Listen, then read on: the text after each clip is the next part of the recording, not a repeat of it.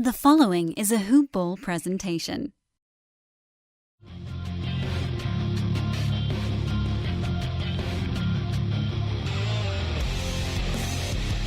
Welcome to the Fantasy NBA Today podcast. It got a laugh out of him before we went on air, so I'm going to use the same line back to back within 30 seconds of one another. It's Nostalgia Day on Fantasy NBA Today because my good buddy Neil Rochlani is on to talk about the fact that he's moved on to bigger and better things, and also fantasy sports as well. Welcome to Fantasy NBA Today. I'm Dan Besbris, as you just heard. Neil Rochlani, a former co-host here on Fantasy NBA Today, and now the host of Hoop Ball's Box Score Breakdown is back. Did you have to take like a CPR class to learn how to revive a podcast? Yes. Podcast CPR. Adrian just started anew. He was like, we killed that old one. We are starting brand new. That one never counted. So you buried it. You put some flowers by its gravesite, and now it's not a revived podcast. You guys zombified it. You killed it before bringing it back. Okay, so zombie box score breakdown. I do want to talk about that at some point during today's show. I think it's really cool. We have a second free fantasy podcast at Hoop Ball. You guys are just, you know how much I appreciated everything you did for me here at Fantasy NBA Today, and your new show is just dominant. I cannot wait until you guys get to break down games that actually count. That to me, you have to be just like, and by the way, I had to look this up. The expression is champing at the bit. You guys must be champing at the bit to get into the regular season and do a box score breakdown on legitimate box scores.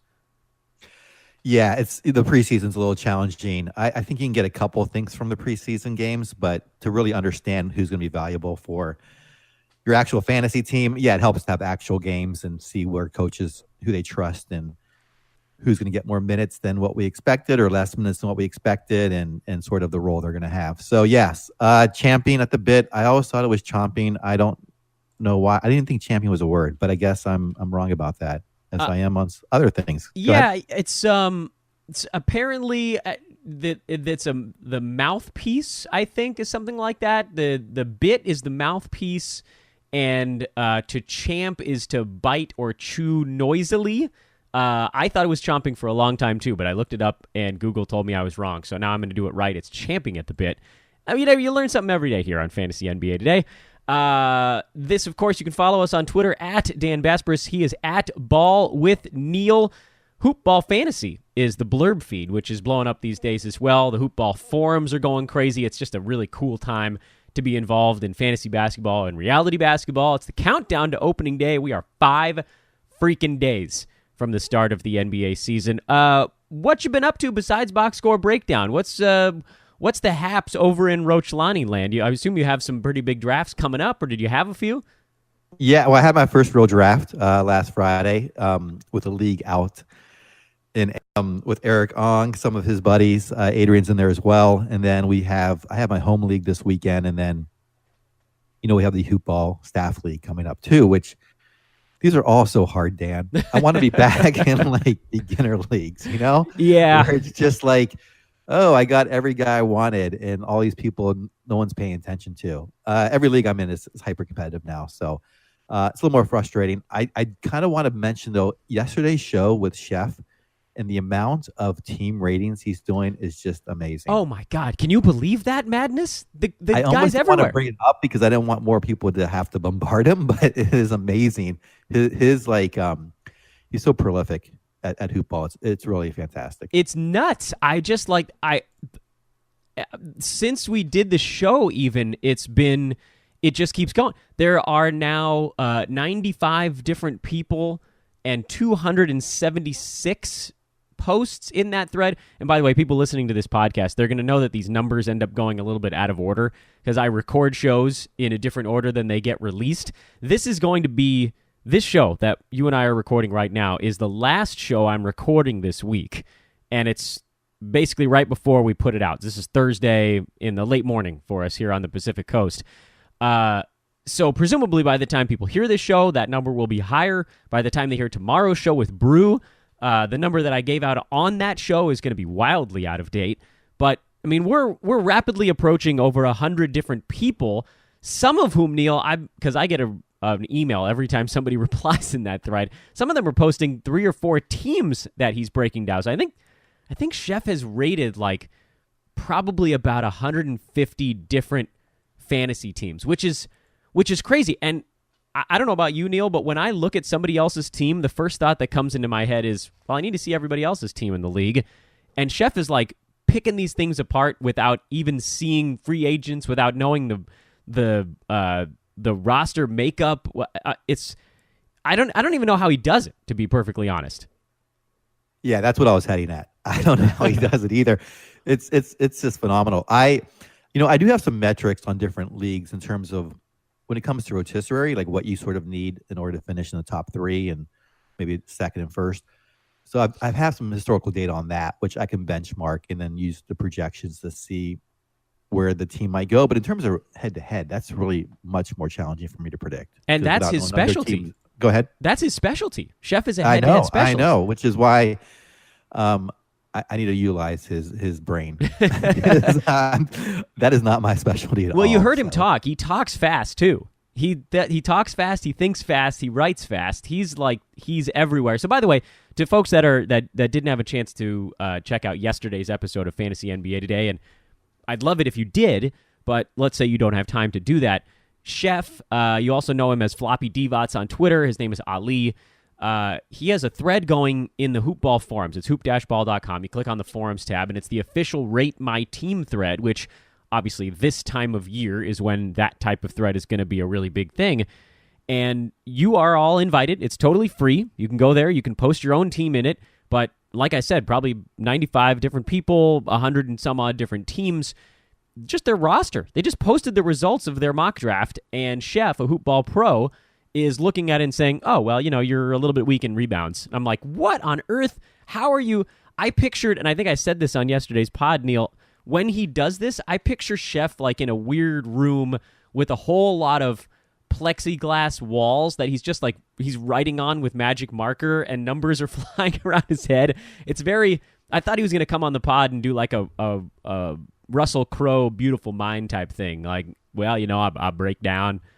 I can't do it. His Russell Crowe, an Australian, doing a Southern accent for the movie, but or maybe it's more Zach Galifianakis from The Hangover. Maybe that's the one I should have gone with. But it's crazy. You guys should check it out. Eric Ong, by the way, who you just mentioned, Neil, also has a thread going in the Hoopball forums, and that one I'm guessing will take off once we hit day 1 of the season. But that's a trade advice thread where if you have a trade on the table in your league, or you're thinking about proposing one, or whatever it might be, you can put that in that thread, and the great Eric Ong will break that thing down. I'm so excited by the forums. I'm so excited by the excitement. I'm excited by excitings leading up to opening day. This is just a really fun time of year. So Neil, how did that first big draft go for you? You said you had to make some tweaks to get the guys you were looking for? Not as well as I liked. My first draft. What does that mean? Well, I mean, I took some notes on what I could maybe improve in my next drafts, and I think so I had the very first overall pick in the 14-teamer, and that was easy. What was hard for me was when it came back to me, 28 picks later, there were a couple guys that were very good value guys at that point, like John Wall was there, who I probably should have taken in retrospect. Although I've had him before and I don't love him. Instead, I've reached. And I think part of that was because I know I'm not going to pick again for 28 more picks. And it was a lot harder sticking to my plan of drafting for value. So I'm going to try to discipline myself next time. That's all I can say. It was just really hard. The pull of I'm not going to get to pick again for 28 more picks. And there are a couple guys who I think are going to outperform him, but the probability isn't as high, but I kind of like them better as players. So let me reach for them. I ended up doing that. And I think later on in the draft, I was able to sort of pull back and get value. But it's hard not to, though, in those early rounds. It's really hard for me. The emotional, I can do it, obviously, in a mock. I can do it when I'm doing 3 different things at once because I really don't care. But then I can't simulate that sort of rush of adrenaline that happens. In No, a real it's true. draft format. It's true. You're 100% do right. you not get that pressure of like, the clock's ticking and you're like, shoot, I don't really want this guy, but he's the best value. Yeah, thank you for not What do I do? swearing, by the way, because I know the thought that's going through your mind is the same thought that's going through my mind, which is a whole lot of censored notes in a row on a podcast. Yeah. It's just like beep, beep, beep, beep, beep, beep, beep. You see the clock ticking down. You start to yell a bunch of swear words out loud, realizing that your 2-year-old might start to pick up on those. It's really hard. And I thought it was so interesting when Seth Klein was on the pod, and he was saying that he often trades down to the turn. He likes to be at the very front end or the very back end. He likes the back-to-back picks, and he's willing to gain assets to give someone else, the 4th pick in a draft or something like that. He'll take an extra 3rd-round pick and trade down to the turn, which from a numbers standpoint, Neil, I mean, you're a big numbers guy, seems crazy because those top 4 or 5 guys have such an incredible impact on your team. He likes to be able to just get his 2 guys, not worry at all about what, 3, 6, 10 guys might go off the board between his next pick, and just sort of not worry about it for a half an hour. Whereas I'm more with you. I'm in the camp of, especially in the 1st, 2nd, 3rd, 4th round territory, where you're like, listen, there's a clear hierarchy here of guys that you want to get, and you want to make sure you get a tier 1 point guard, and you want to make sure you get a tier 2 or tier 2 centers. And if you don't do that, then you're really in trouble come rounds 5 and 6.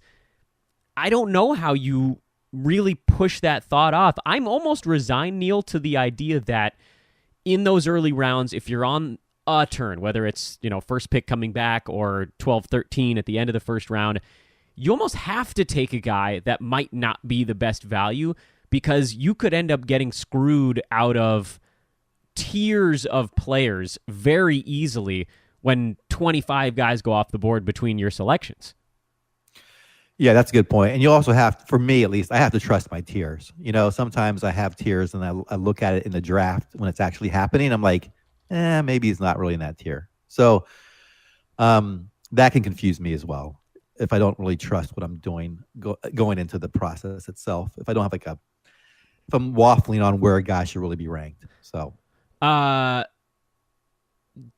so let me ask you this. Does it make sense in my mind what I just tried to express in the last little bit there, that if you're at a turn, you could miss an entire bucket of guys that you're looking at, and that is what stresses me out? Does that seem reasonable in any way, or am I just getting inside my own head?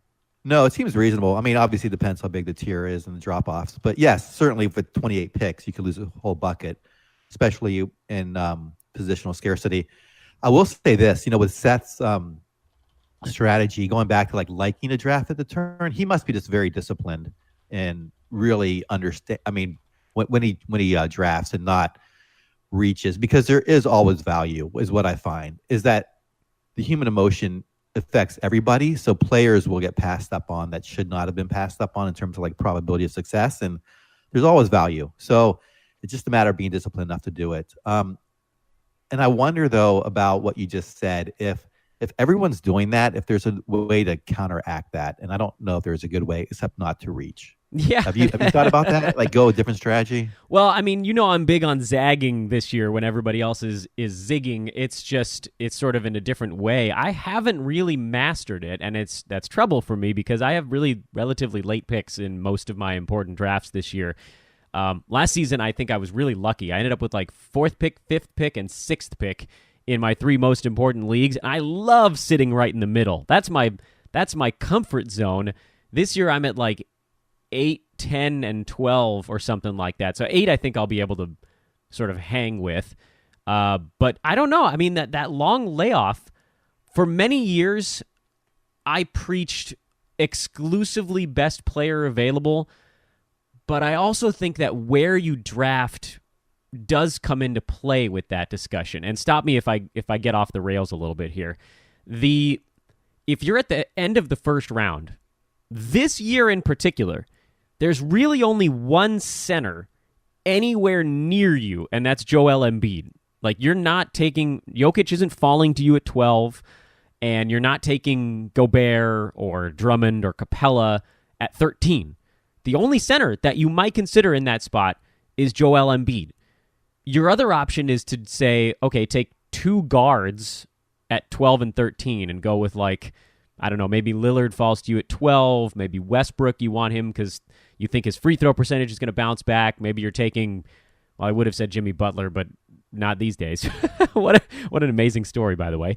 And then you just have to come to terms with the idea that you have to take two centers at 36 and 37, or you're going to be totally boned. Does that, like, I think if you miss a center, if you don't have two centers in a two-center league by number 37 and you're looking at pick 60, am I doing the math right?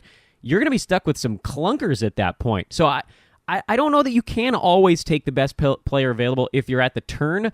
I think that's an easier strategy to employ if you're right in the middle of a draft round. Do you agree or disagree? Well, let me push back just a little bit. When you say centers, you need two centers, and I'm playing mostly in Yahoo, so there's a lot of eligibility there. Are you basically referring to blocks and rebounds, or are you just referring to the position in general? Just the position in general, because once you get past 60, and I would say like the Enes Kantors and Valanciunases are basically off the board. Maybe JV's still hanging around for another 5 to 10 picks. Then you're stuck with punt centers or horrifically boring centers, and that's a bad place to be in. You kind of need a big man that can do a bunch of stuff without killing you in any statistical categories, and there really aren't that many of those dudes left after pick 60. Yeah, I guess I'm not in a lot of two-center leagues, so I guess that's where it changes things. True. That's I a big difference. I do like to have 2 or 3 block guys, centers or other positions, but there are, like you said, there are boring, but I think there are some serviceable centers after there that may actually do okay. Who are you thinking? Cody Zeller might be okay. Interesting. I know he's boring. You don't think he gets lapped by Willie Hernan Gomez at some point? Well, yes.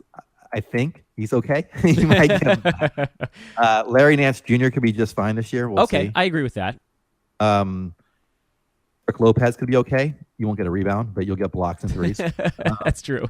Not your class, not your traditional center, but yeah. He'll just knock over guys. I'm not sure what's going to happen with Derek Favors this year, if he's going to get the minutes that I expect, like 28. And he'll hurt you in free throws, too. He will hurt you in free throws. I'm actually starting to lean back towards, and feel free to come through the internet and punch me in the face, Pau Gasol. Oh, I like Powder Puff. I'm okay with that, and especially with Murray going down, he'll probably have to do a little bit of passing. But, I mean, doesn't he fall? Dwayne Dedmon, by the way, would be another one I'd throw under the heading of, like, horrifically boring centers who are going to play 24 minutes. And they're not going to hurt you a ton, but they're also not going to help you. And so, I don't know. I mean, in a roto league, I find it hard to win if you don't take care. And again, one center leagues, that's a very different thing than two center leagues. I just, that's a spot where you maybe you're grabbing one of those guys, but wouldn't you rather be taking a flyer on someone that might be a top 60 guy at that spot? Oh, absolutely. Like the wing players towards the back half of the draft could end up being top 50 guys, right? Yeah. While these centers at the back half are never going to be in the top 50. No, Dwayne Dedmon's best case scenario is like top 90. Exactly. Yeah. Powell's not going to go back. Jeff Gasol, top 50. You heard it here first. No, I will say Larry Nance, I don't know. His variance is pretty high, so who knows? Maybe that is true. He's the one you get a gold star for, because he's the one that's if he stays healthy, he could be a top 75 guy. If he gets hurt, then he falls back towards his more traditional top 100 type situation. But besides him, yeah, I mean, that's another reason that I feel sort of inclined to get my two centers before pick 60, because after pick 75, you can take a center that really is like the lamest player left on the draft board, or you can go take somebody that might go nuts. I don't know who that guy necessarily would be. Maybe we'll get into that later in the podcast. Perhaps we'll do a segment of Neil Rochlani's favorite late round guys. Do you feel like that might fit later in the show? Whatever you want me to do, Dan, I'm here for you. That's my guy. I want to throw out one more name because he was mentioned on another podcast with one of your guests. Julius Randle. What do you think of him? No, I'm down on Julius. I tried to, on all of the mock draft shows, I really wanted to just sit back and listen. I really tried hard to not talk as much as I usually do, which I don't think that worked because I pulled a muscle in my neck last week talking on podcasts. This is by the way, this is rock bottom. If anybody is curious, for those in the broadcasting industry, if you hurt yourself sitting in a chair and talking, there's literally nothing else you can do. Yeah, I'm down on Julius. I know that he, to me, fits head-to-head builds in a way where like you could work him in. It makes a lot of sense. But he is a high-volume, terrible free throw shooter, and I don't see that fixing itself anytime soon. He does nothing on the defensive side of the ball, and he's actually relatively high turnover guy, which will probably come down as, you know, the fourth option in New Orleans, but he is not a guy I'm targeting in Roto at all. He is a guy I think I would target in a head-to-head league if you need sort of like weird, maybe a few assists from your center and, you know, you need a field goal percentage bump. But you know me, Neil, I hate guys that harm you in categories, and he's legit doing harm in free throw percent, and I would even classify him as a harmful defensive guy because he's like, I mean, his defensive stats combined was what? It was like 0.4 and 0.5 last year. That's almost worse than J.J. Redick. Yeah, no, they're not good for a big man. They're actually, you have to make them up somewhere else, which is the frustrating part with him. I was just curious how his fit would be, and I don't really know what's going on in New Orleans in terms of his role yet. And I just remember one of your experts who sounded very smart was big on him. So we'll see what happens. Yeah, I'm just a little less so. I mean, he could end up having a nice year. I think he came into his own a bit last year with the Lakers. Maybe you pair him with like a Rob Covington type, who those guys are almost like opposite statistical categories. Covington, low volume, good foul shooter, no turnovers, bad field goal percent, high defensive numbers, threes. And then Randall gives you the other stuff while crapping on the stats that I just mentioned. I don't know. It's just, to me, he's a guy that you need to pair with somebody else to make sense on your team. And while you're trying to execute kind of a best player scenario, that's a hard thing to keep in the back of your mind on draft day. I want to try to simplify draft day, and Randall, to me, complicates it a little bit in some capacity. But I do like your Larry Nance one. I think he could have a nice year because Tristan Thompson's terrible. He's garbage. Hey, did you see, by the way, I know I'm veering. You were supposed to stop me if I'm veering, but I'm going to veer.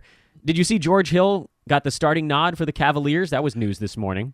No, I did not. That was someone who that's interesting because he was someone I was going to target late in drafts. Just to see, and then, you know, drop him if he doesn't. So that wonder how it's going to affect his draft stock. Yeah, I don't know if anybody even noticed. This was like some beat writer in Cleveland. But yes, it was a tree falling in the Cleveland forest. Some beat writer sent it out, and a Cleveland blog guy retweeted it, and that was the only way I saw it. But I thought it was interesting because everybody was like, "Oh yeah, Colin Sexton," and I think at some point on the show, I was like, I don't know, man. I think that team's going to try to win early in the year because they just gave Kevin Love a boatload of cash, and they might just not win because they're not very good. But I do think the old guys are going to play. He's not going to do what he did in Utah, but I agree with you, Neil. I think he's an interesting late-round guy. But let's loop back to that. I did veer off course. I want to stay on course here. Anything else you pulled away from that first real draft with diehards? I guess it's more preparation. I thought I was prepared going in, and I wasn't. So, and just having a better strategy when things go haywire. So, that's it though. But that, very standard human emotional stuff. What do you do in terms of? And I asked Brew this when we recorded our show that'll air tomorrow. What do you do in terms of setup, like personal setup? I'm a 2 monitors guy and a piece of paper. I hate flipping between tabs when I'm in a 90-second live draft. I think that's the worst thing you can do. You got to have that window open all the time. What's your draft day setup? And I'm not talking about slow drafts. Nobody needs to do anything for slow drafts. It's too easy to prepare for those. I'm talking about the heat of the moment stuff. Well, I've tried different combinations. I think what works best for me is as simple as possible. So I try to go with one piece of paper. That's it? That's it. That's it. Interesting. That's it. I have my rankings. I have looked at the numbers so much, so I would say I have like 75% of them memorized at that point. Holy moly. I know, it's just something I just stare at. So the less is more for me. So I'm going to go with one page. I go with one page. One page, one That's screen. No electronics, just one page. Wow, Yep. amazing. That other thing I should mention, and I forgot to say this on the show that I'll air tomorrow. I strongly advise, if people have this technology still, using a Cat 5 internet cable during your live draft. Nobody ever does this anymore, but nothing is more upsetting than having your Wi-Fi do something weird and your draft freaking out, and then all of a sudden you're like reconnected 4 picks later. That throws me off. I sit in my living room if I can, and I plug my computer in to the actual cable modem with a Cat 5 cable. How old am I? Hey, that's security right there. That's right. That's actually smart. You know. Yeah. You may want to have. Do you have like a backup going too, computer, just in case? Well, I've got the two monitors. Usually, it's just like a laptop and then a desktop. So yes, technically, I would have 2 computers going. Are you researching stats while you're drafting still? No, God, I try not to.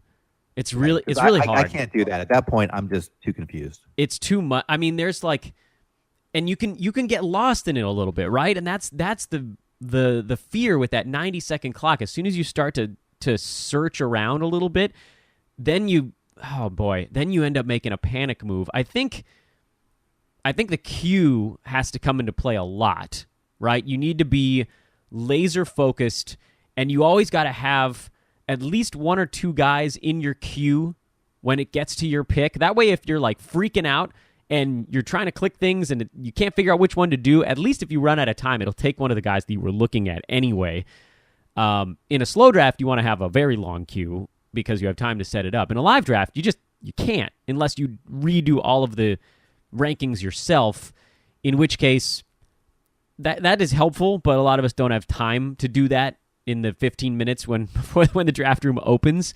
And plus, your team build can change partway through a little bit. I think people need to use the queue more than they do. I think plugging into the internet is a nice way to sort of solidify a backup. And Neil, you heard it. Simplify. A sheet of paper and a screen. That's it. Tell me about box score breakdown. I want to venture into that one a little bit. I should also take a moment here in the middle of the podcast to remind everybody, we have the draft guide still available at hoop-ball.com. It's got the B150 in it. We also have the season pass, which is the draft guide and the full season in premium membership. If you already bought the draft guide, you can get the full season in premium membership for $10 off. If you have not bought the draft guide, you can also just get the in-season premium membership on its own as well. That includes live video chats every night, all the weeknights with Hoop Ball pros. You can ask your questions live as the games are ending. We've got premium articles that come out every day, including pickups and drops. You got Aaron Brewski's Waiver Wire show. That's once a week on Sundays. Big pickups and drops. We've got weekly lineup shows. It's a lot of stuff. You should check it out. And Neil, I don't know, do you have a coupon? Have we given you a coupon yet that's attached to your name? I have not been given a coupon. Oh my God, that's a travesty of epic proportions. We got to get Neil a personalized coupon code. That way, if you use it, we can all say, "Oh, Neil sent you." Do you want to just make it NEIL, Neil? That'd be perfect. All right. Yeah, that's great. Thank you. Easy enough. All right, coupon code is Neil, NEIL. For $3 off anything you get over at hoop-ball.com. Click on the premium tab up at the top. Choose the Go premium option, and that's the list of all the things we've got for sale at Hoop Ball right now. Okay. Tell me about the box score breakdown. What is it? How often will people get it? What is it like to take a podcast and zombify it? You and Adrian just kicking... you know what? I can say ass. That's a radio-friendly word. Kicking ass and taking names. And I'm just really excited to see this thing get off the ground. But tell the listeners what it is. Yeah, it's a new daily podcast from Hoop Ball, which will be co-hosted by Adrian and myself, and will come out after the games end. And we're going to go through every box score of that that night's games and look to see who we can pick up as soon as possible. I don't know when most waiver wires work. Mine's very depends on the league, but we're going to try to get information out to the public as quickly as possible so they can know who to pick up or perhaps even who to drop if we think there are some issues with the player. But it's going to be a nightly or morning show that focuses on the box scores from that day's games or the prior night's games, and then evaluating who to pick up and who to drop. Adrian will bring the energy as he always does, and hopefully I can bring a little value in the process as well. So it's I appreciate the opportunity. Both Adrian and I are very excited to do it. It was something that Aaron Bruschi did 2 seasons ago, I believe. Yeah. And then now you've allowed us to revive it. So it's gonna be. We've been doing it a few nights so far. A week in the preseason. We've done just a handful of shows overall, but it will start every day beginning with the season, I guess, on Tuesday night next week. It's such a great concept. It's such a necessary concept because how many of us, myself included, I can definitely say me, spend the half hour to an hour right at the end of the night just clicking through all of the box scores one by one and saying, okay, who did what didn't, like, and then you're like trying to pause the autoplay videos on these stupid sports websites from going, and they're waking up people in your house because you can't pause them fast enough, and some of them don't have stats you're looking for, some don't have like the percentages on things, some don't have turnovers listed, some have weird stuff that you don't want to see. It's a huge pain in the butt to do it yourself every single night, and it's boring. What's not boring is listening to Neil and Adrian do it for you. They're going to tell you all the cool stuff that happened every night. It's going to be the first thing you can access when the games are over. It's going to allow you to make your moves before the other people in your league. I mean, unless you made it, I guess, at like 4:30 Pacific time when somebody gets hurt during a Charlotte Hornets game. But that is an extenuating circumstance, and that's not one that's being covered. But you guys would still talk about it during the show that night anyway. It is Box Score Breakdown. It's available on iTunes. It's available on Google Play. Stitcher, I think it's coming to Spotify. I believe iHeartRadio is around the corner as well. YouTube, Facebook, basically anywhere you can find a podcast. You can check that bad boy out. It is going to be awesome. Good luck, by the way, Neil. This should be a lot of fun. Oh, yeah, it's going to be a lot of fun. And any feedback, like you say, will be respected. So please tweet at us if you have any feedback or leave any comments on those platforms. He is at Ball with Neil. Adrian is at Adrian Benjamins on Twitter. You can find him there as well. The Hoopball Fantasy feed will also, I believe, send out messages when there are new episodes of Box Score Breakdown as well. Is that right? Yes. Okay. Yes. I've been relying on Adrian to do everything. So yes, always the big talker, Neil Rochlani. Yes. Adrian is just phenomenal. So so glad to have him, working with him. It's going to be a great opportunity. It'll be fun. Has he de-buzzed on Jaren Jackson Jr. at all? Because he's had kind of a quiet preseason. I sniped him in our league together. Oh my God, you did that to Adrian? To upset him. No, he is still heavily in JJJ. He's not reaching though, which I am glad to say he hasn't reached for him. But he's still all in on his ability, and now he's gotten me all in. So that's how infectious his energy is. I'm just like, I almost made my coupon code JJJ just because of that. So. Just to spite Adrian. I think maybe we should make that one his. You know, Neil, it's a Beetlejuice-like rule where if Adrian says your name 3 times in a row, then you have to pick the guy that he's talking about. That's a throwback. I don't even remember that movie. Oh my God, you got to go back and watch Beetlejuice. Michael Keaton truly at his greatest. Michael Keaton. Yes. Okay, so let's use this to segue then. We talked about Jaren Jackson Jr. He's obviously one of Adrian's big guys. What about you? You mentioned, you hinted at George Hill earlier in the podcast. After now sort of checking out your first real draft, who are some of the guys that intrigue you that are going late in these things? Who are Neil's late swipes? All right, I'll just give you a rundown. Rudy Gay. Is that DeJounte Murray related or sort of independent of that news? No, this is pre-DeJounte Murray when I took him. I just think Pop likes him, and I think he still wants to play, and I don't think he's past his prime yet. I mean, past his prime, but I don't think he's fallen off a cliff yet. So I think he'll be just fine. Jeremy Lamb, which I know has gotten a lot of buzz. Let's see. Who else do I have down here? Nikola Mirotic. I'm big on him this year. Is he? How late? When did he go in your draft? He went in the middle rounds. I didn't get him. He went a little bit earlier than I wanted to. I was hoping to get him in like round 7 or 8, so like around 100, but he's going like more like 60 to 70. Yeah, that's a tough spot for me, and everybody knows how much I loved Niko Mirotic last year.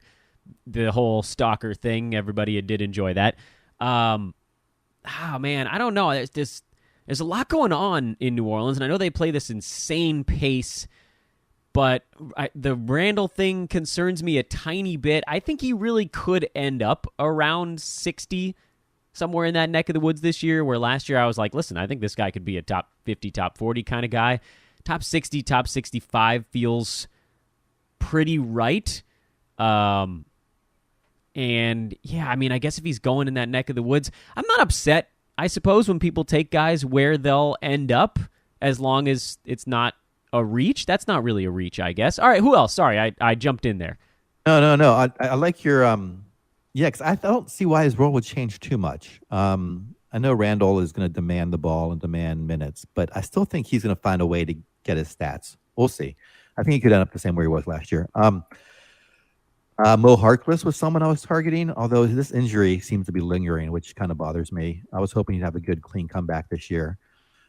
Jeremy Lin, someone starting at the end. Yes, a member of the Dan Besbris old squad. Oh, yeah, exactly. I think those are the main guys that I'm targeting at the end. I'm actually, I've never owned Dennis Schroeder, but I'm actually starting to believe in him this year. Oh, no, gross. Eliminate him from me. I am firmly anti Dennis Schroeder. He has this weird fantasy stat set. Okay, but I guess I should clarify. By the way, Neil plays heavily 8-cat. I'm more heavily 9-cat, and that could be the disconnect on this one, because I feel like he gets credit for doing things he doesn't do. Like, he doesn't actually steal the ball as much as people think he does, and he doesn't shoot threes, and people seem to think he shoots threes. He's basically like points and assists last year and high turnovers, but if those don't matter, then he's an interesting guy to take late.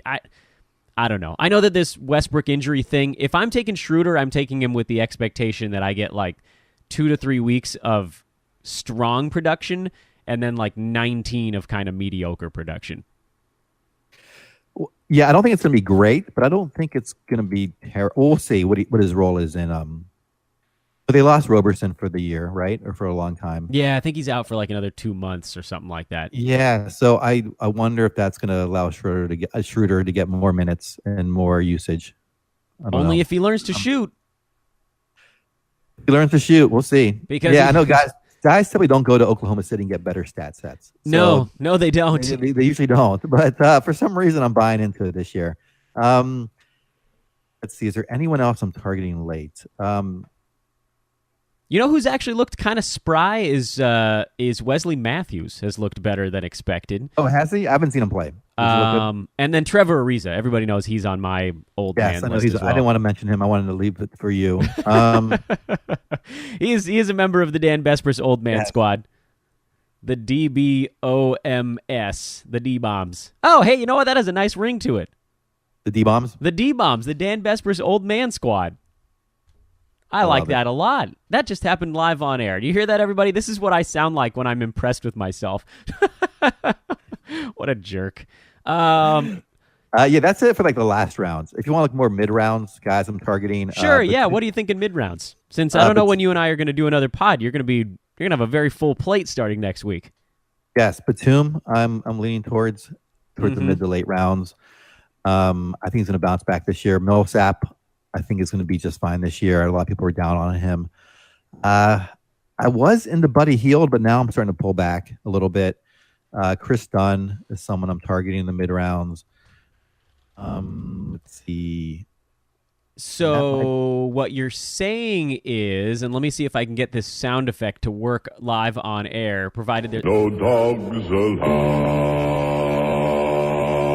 Oh, perfect. Thank you. Wait, what was that again? That was from Charlie Brown. That's the no dogs allowed voice for Snoopy when he's kicked out.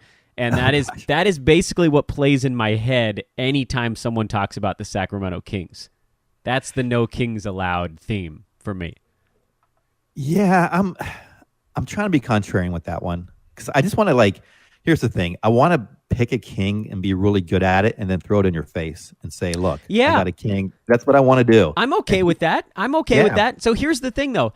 That is why I think a lot of people are getting into trouble this year. That is the crux of my zigzag argument, which is I think everybody really wants to take the guy that gives them the best bragging rights, and taking a king that people didn't expect, like, what if Justin Jackson came out of nowhere and had a big year, and the 8 people on the planet that drafted him are going to be like, I'm the smartest 8 people alive.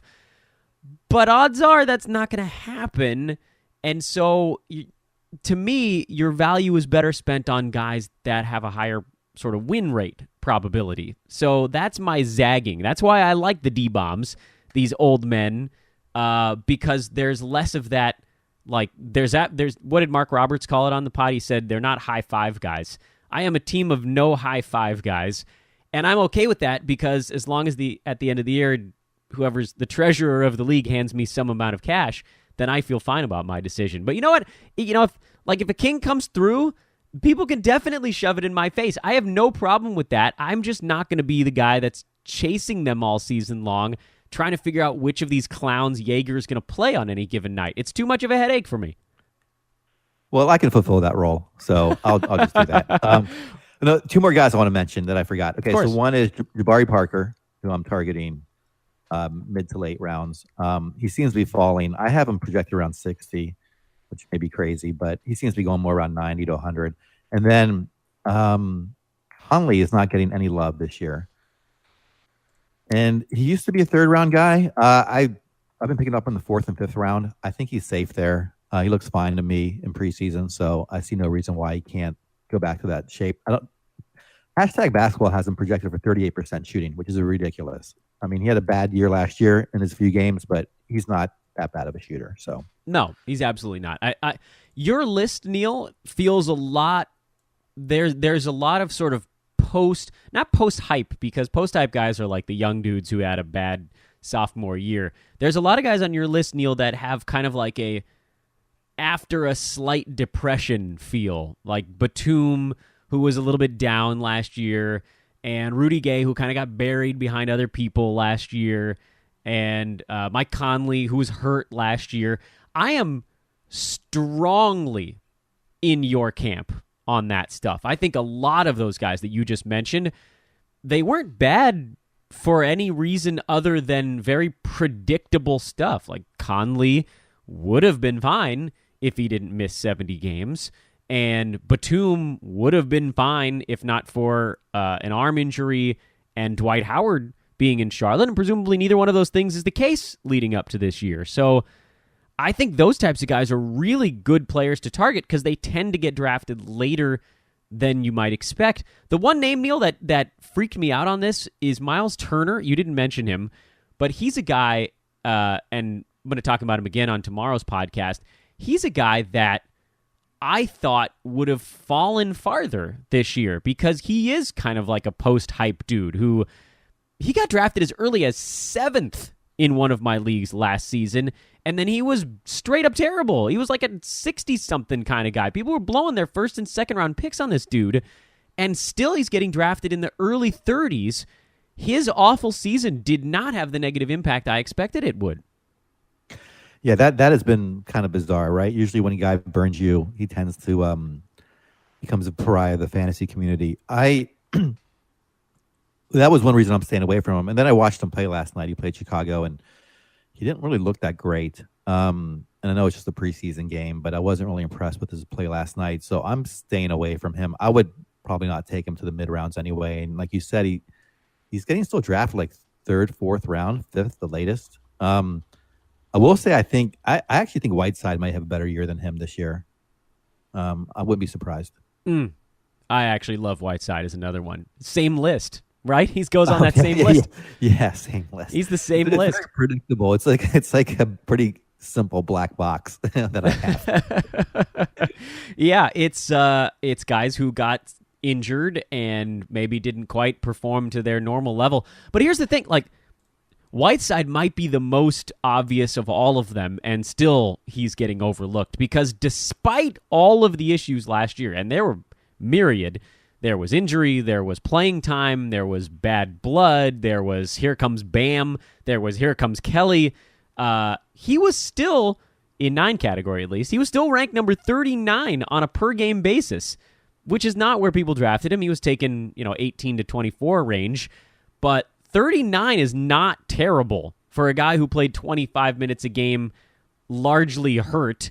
He fixed his free throw stroke. He shot 70% last year, 54% from the field. He still got near 2 blocks. He was at 0.7 steals. And this guy's getting drafted at like 55 this season. He's getting drafted lower than where he finished last year when he was badly dinged up. I cannot wrap my head around that one, and I have a feeling I'm going to end up with some Whiteside on my teams this year. Yeah, I hope to as well. And he seems just fine in preseason. We haven't heard too much of the drama this year at all, and he looks great on the court. So I expect him to be top. I don't know. I said like mid 40s, maybe even higher than that this year, maybe mid 30s. Yeah, if he stays remotely healthy, he could easily climb that ladder. What about overvalued guys, Neil? We've got a pretty good feel for who your undervalued guys are. They're all coming off of injury last season. Who are the overvalued guys for the great Neil Rochlani? Let me tell you this in-depth analysis I have.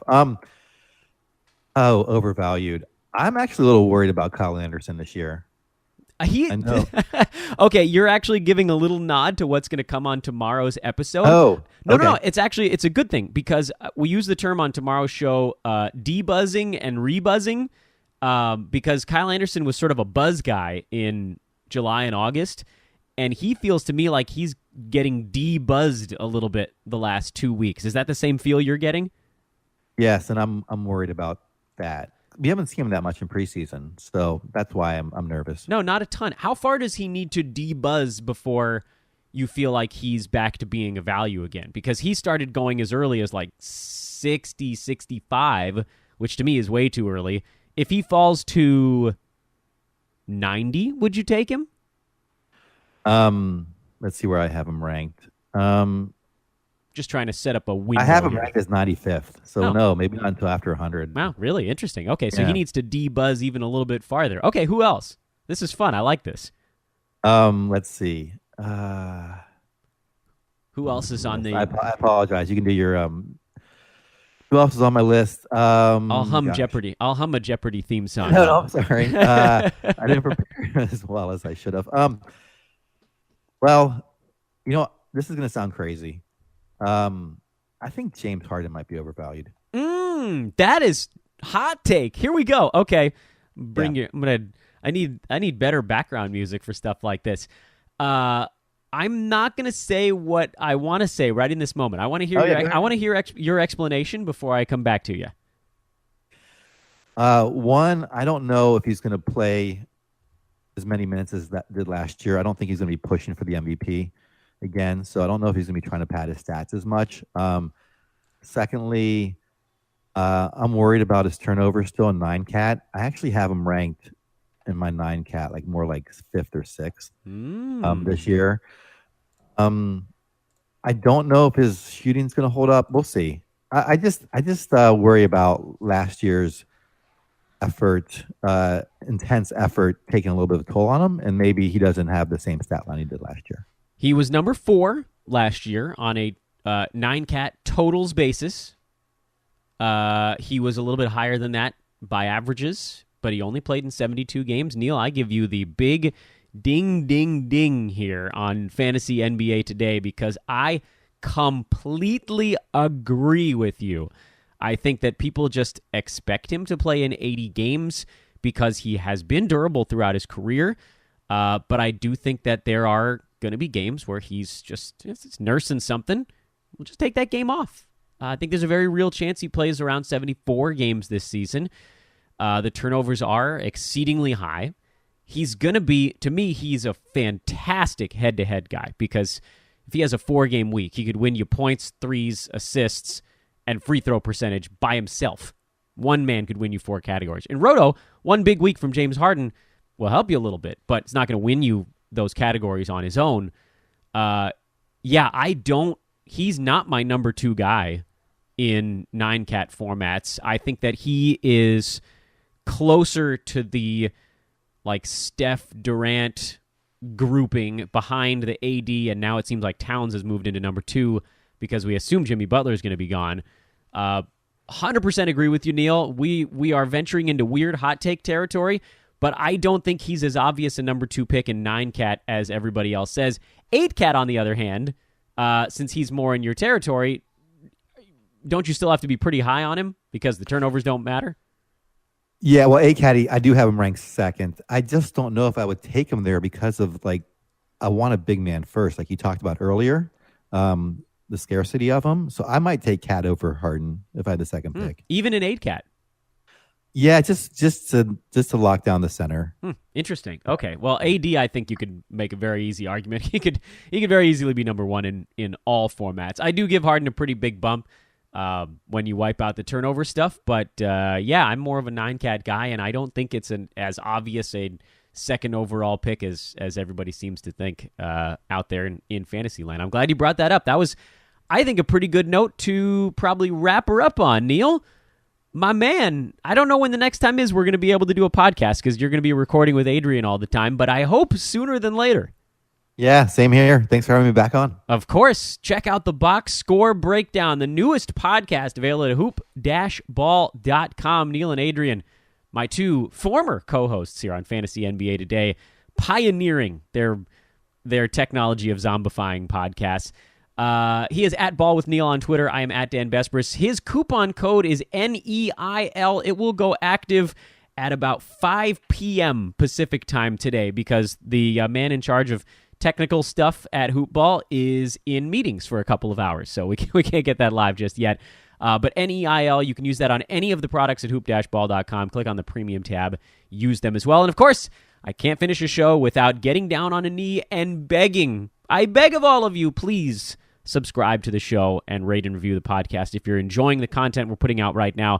That is our currency. I don't want any of your dollars. I just want your subscription. So please subscribe to the show in whatever service you use. I will be forever grateful. Tomorrow, Aaron Brewski back on the pod. We'll wrap up the week here on Fantasy NBA Today. Monday, we'll talk to Russ Peddle on our last show before the season begins. Have a wonderful Thursday, everybody. I almost said weekend because I've already recorded tomorrow's show. Have a wonderful Thursday, everybody. We'll talk to you tomorrow.